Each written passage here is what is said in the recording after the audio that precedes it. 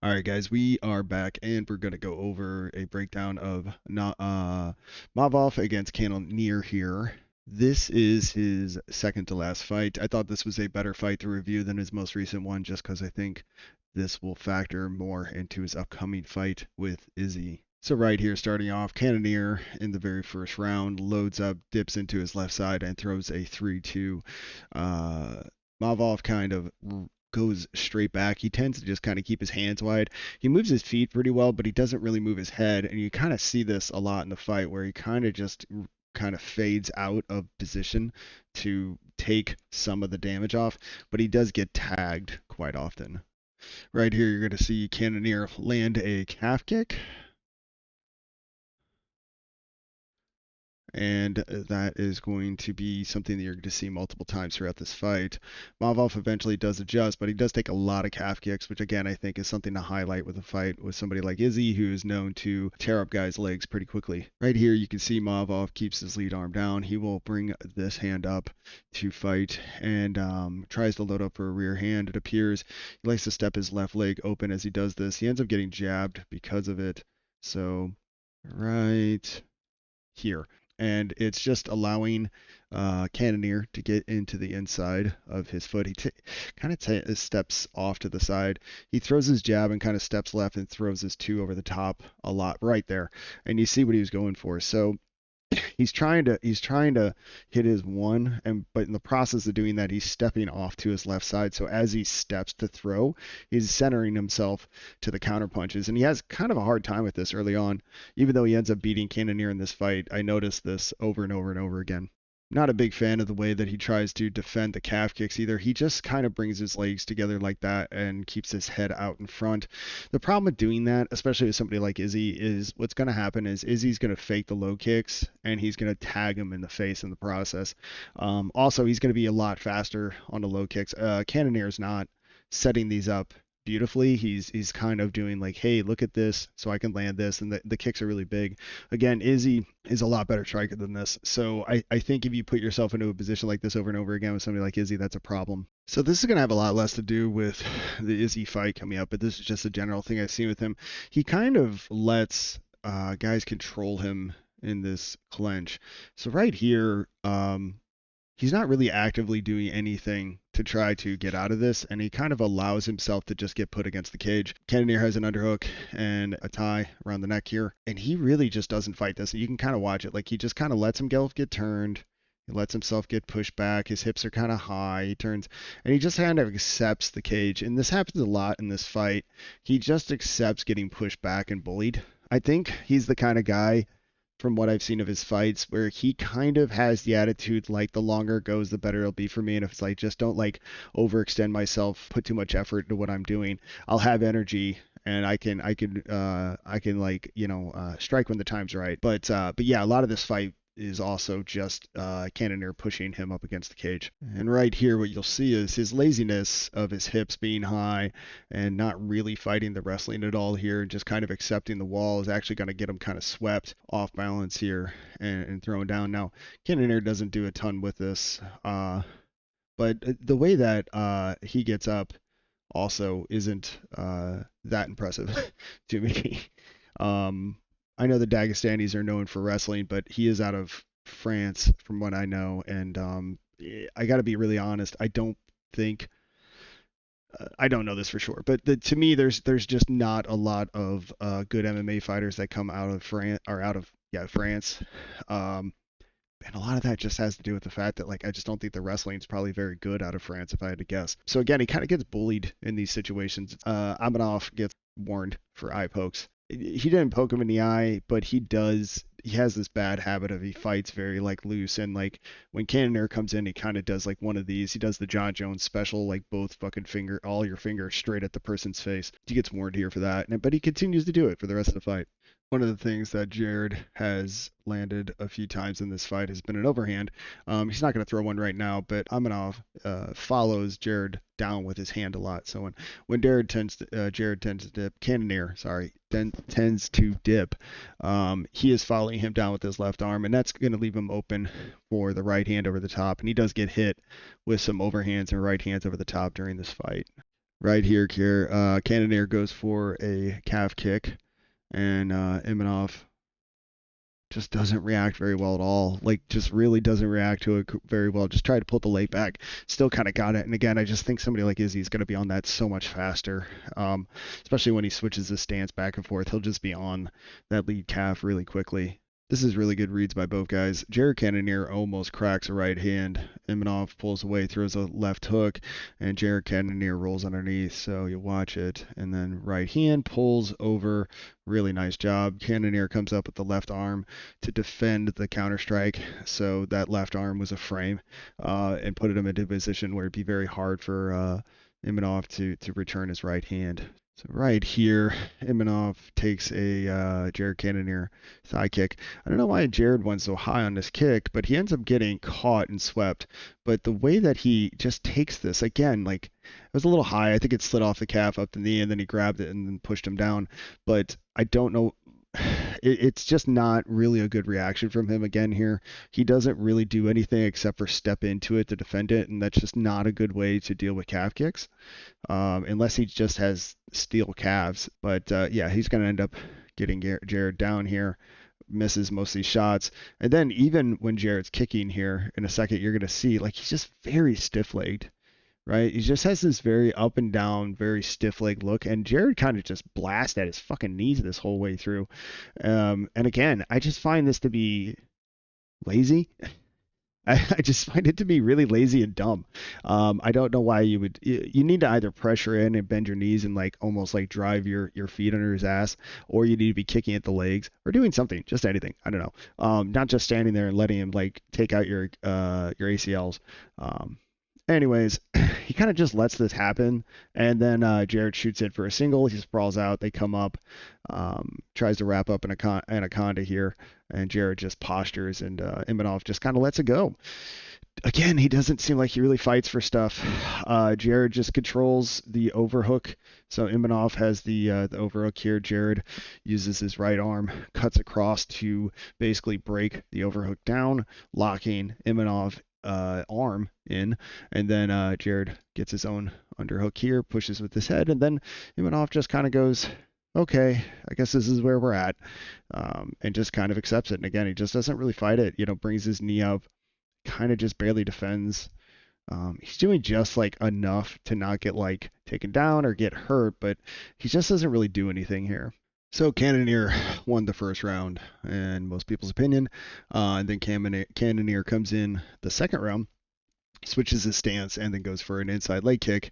And again, just not a great reaction there from Imanov. I know he wasn't expecting it, but at the same time, it's just like there's no reaction to leg kicks or calf kicks of any sort. He just kind of eats them. Imanov has lazy jab syndrome. He actually has a really good snake charmer, kind of slow. Like, he'll just float it in front of you, and then boom, he's popping you. And he does a good job at that. The thing that he does a bad job of is that he likes to drop his hand immediately after. So right here, what you're going to see is you'll see Imanov land a jab right here. So he's going to land. He's going to block this hook coming around to the outside, and he's going to land. Now he's going to take that hook. I guess he took that hook a little more than I thought, but he landed a jab on Jared, and he uprighted him. Problem is now his hand's going to come down, and as that happened, he's going to come around the guard there. This is why you bring the hand back. So ideally, we're not throwing our jab and then bringing it down so somebody can come over the top. This is something that he kind of does often. He just throws the jab and lets it drop down, and it just seems like it gets him hit. And this punch doesn't land, but you'll see it again right here. He has his left arm down right here and his right arm across and his shoulder out of position, right? So if we're trying to block this right overhand, the shoulder needs to be more in front. He pulls away, doesn't get hit here, but again, it's just not the greatest. It's not the greatest move there. If you have a better striker coming over the top of that, somebody who's longer, faster, and more skilled, that could definitely land, like Izzy. So right here is going to be an example of Imanov not really moving his head. Right hand's kind of low here to parry the jab. Jared just does a half-step jab and lands, and then he will just again, so hands low, shoulders straight forward, little square, chin up, doesn't move his head, doesn't move his feet, and Jared just goes straight back to it and lands it again. If you're this is just not the stance you can be in as much if you're just not going to have really good head movement. And even here in a second, you're going to see just kind of like not really the craziest jabs you've ever seen, but just he lands there and he lands there, and it just looks like Imavov just doesn't see them terribly well. He's just hand up and he's just here and he's just letting it go just straight out at him, and Imavov just wasn't reacting to it. So again, this is something that I see as an issue with him facing somebody like Izzy, who's fucking fast, man. He throws really quick straight punches. Imavov starts to push on Jared Cannonier's face. Cannonier, for the last 2 minutes, more or less, has been pushing into Imavov and pushing him against the cage. Imavov's actually been trying to get out of this a lot more. This is a good move. He gets the overhook here, and then what he does is he pushes on the face right here. So overhook on this arm. That gives you control. This is pressing on his head, and we'll get a little bit of space. You see a nice little knee in there. That creates space for strikes, makes the guy not want to push into you as much.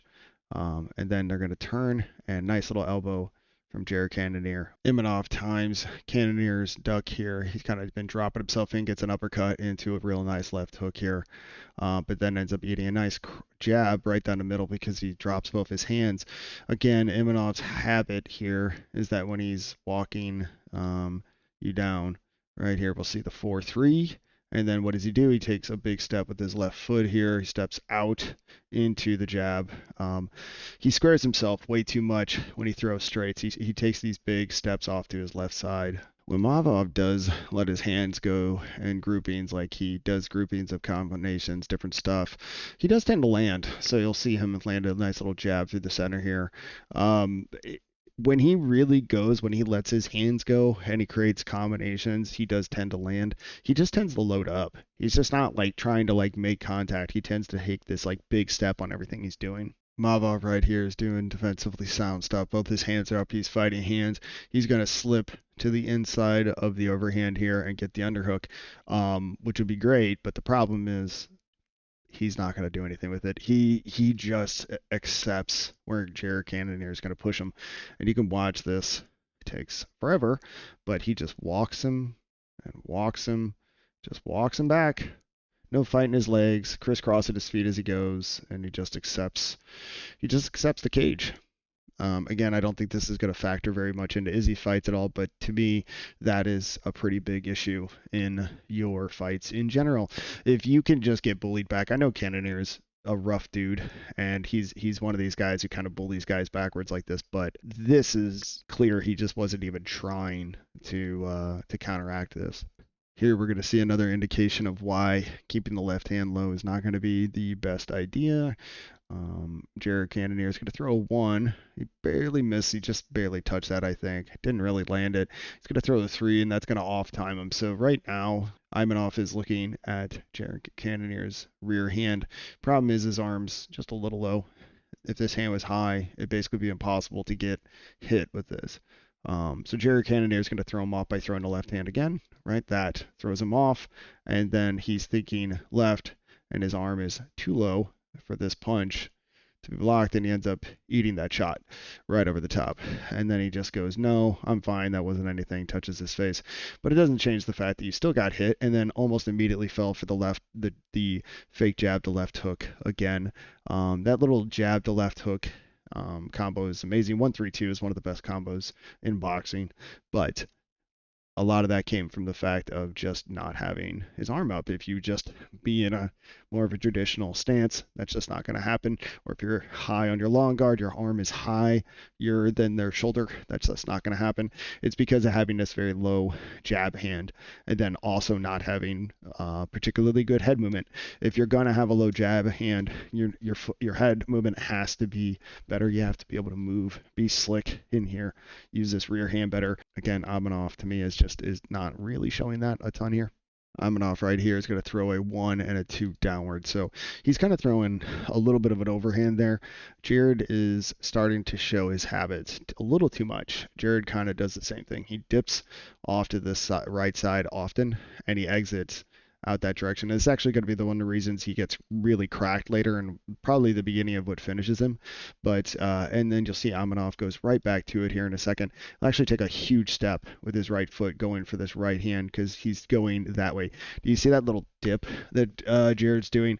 So what you're seeing is Amanov is trying to chase him with the right hand. So he's missing the jab. He's trying to come over the top and throw kind of like a little curved overhand. Not like your big overhands that you think of, but like a boxer overhand where you're kind of throwing it and you like turn it down to follow the guy as he slips or if he kind of drops underneath you. And again, Amanov is seeing this now in the third round, and this is actually going to set up how he lands this later. Right here is just Jared catching a left hand and then going kind of lazy on his strikes, in my opinion. So he has switched stance at this point, and he throws an overhand left, or an overhand right, I'm sorry, off his lead side, and then he goes for this really big, like, hook, just kind of at nothing. It didn't seem like he was really looking at what he was doing. Amanov actually has pretty good position here. Ducks into the hip, legs on the inside, and basically Jared kind of gives him a takedown here. I mean, it's the easiest takedown you can get in your life. Amanov gets head height, gets on the shoulder blade, covers the leg, drags him down, and then clasp around his waist, hangs on the leg, and just kind of puts his weight on him. He doesn't really do a whole lot with this so much as I think his goal was to just kind of wear on Jared a little bit the same way that Jared was wearing on him in the second round. Jared's leg kicks are going to become progressively worse in how he sets them up. Here he kind of just goes for one real lazily and eats a 1-2. Doesn't really do anything to set it up whatsoever. Also, Cannonier's movement's getting worse and worse as he's fatiguing. Cannonier's reaction now is for every time anything happens is for him to try to exit off to his left side. He kind of moves his head off and left, and you kind of see it here. He'll throw a hook and he just exit that way to his right side, to Imanov's left side. And again, bad footwork. Look at his feet kind of coming together. He looks a little tired. But still lands a nice little job. And again, Imanov just doesn't respond to these jabs, man. It just didn't matter how tired or what point of the fight it was. It just seems like he just doesn't see him very well. Right here, you're going to see Imanov being lazy with his hands, lazy with his feet. He's walking straight forward, crossing his feet, hands low, and just eats it because of that. Hands come up last second, but he eats across. The main thing about that was just laziness in his footwork. He just got out of position, squared himself, and allowed the rear hand to line up. Jared's been grinding up on Imanov, but Imanov puts his weight into him, gives him a forearm in the face, pushes him off, which is really smart. And honestly, Jared wasted a lot of energy doing that. Imanov is pretty smart here, in my opinion. He actually walks up in the opposite stance, goes for an inside body kick, lands it, and then Jared misses the counter. It's pretty smart to do, attacking the body immediately after. The guy, puts a lot of work out. They're wrestling you. They're really trying to grind up on you. You post on them. You put your weight on them. You make them separate because they're tired. Well, when they're tired, hit that body right away. Here you're going to see Jared's escape becoming more and more predictable. Again, he's going to miss, but that right there, that little dip that he's doing to the side, he's barely weaving his head right now between those two punches. Right here, you just kind of see a difference in pedigree, I think, in striking as Jared starts to fatigue. Jared goes for an overhand kind of cross, gets it picked off, and gets a check hook back. In the process, switches his stance. He kind of eats that little shot there. It wasn't very big, but this down at the bottom here, this stance is just not a great stance. Jared kind of takes it, crosses his feet going back, and then eats a good jab for his trouble right there as well, and then does the exit, the same exit that he's been doing, the lean way back to the side, bring your feet together, and then exit hard to his right side, Imanov's left side. Right here, you're going to see the same thing from Jared. He will slip down to the right, or his right side, Imanov's left side, and he'll dip in and under for an underhook. This makes sense if you're doing something. So you can slip to that side over and over again, and you're going to see it right here. He'll slip down, underhook. That's fine, and I think that's fine because you need to come in or you need to exit, but you need to change it up. The problem is often Cannonier is just exiting, right? So when he slips down, he's just exiting. He's slipping down, he's just exiting. If you do that enough time, it doesn't matter how good your motion is. If somebody kind of knows where you're generally going to go, they're going to time you.